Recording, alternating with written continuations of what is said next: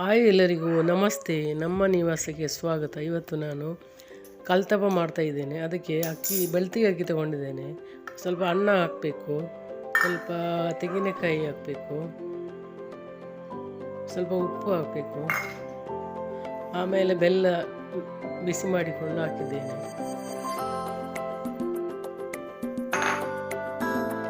ಹಾಗೆ ತರಿಯಾಗಿ ಅರ್ಧ ಆಯಿತು ನೋಡಿ, ಅರ್ಧ ತಗೊಂಡಿದ್ದೇನೆ. ಗಟ್ಟಿಯಾಗಿ ಇರಬೇಕು, ತುಂಬ ತೆಳು ಮಾಡಬಾರ್ದು.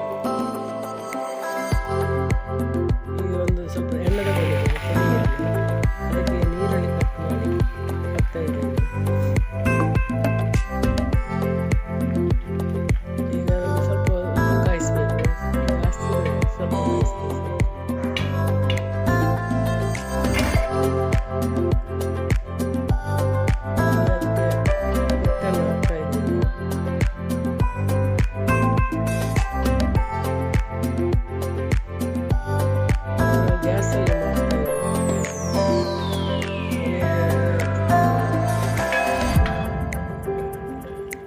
ನೀರುಳ್ಳಿಯನ್ನು ಸ್ವಲ್ಪ ಮಧ್ಯದಲ್ಲಿ ಮಾಡ್ತಾ ಇದ್ದೇನೆ.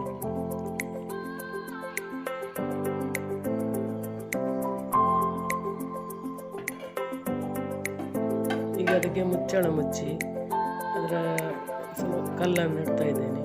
ಗ್ಯಾಸನ್ನು ಸ್ಲೋ ಮಾಡಿ ಬೇಯಿಸಬೇಕು.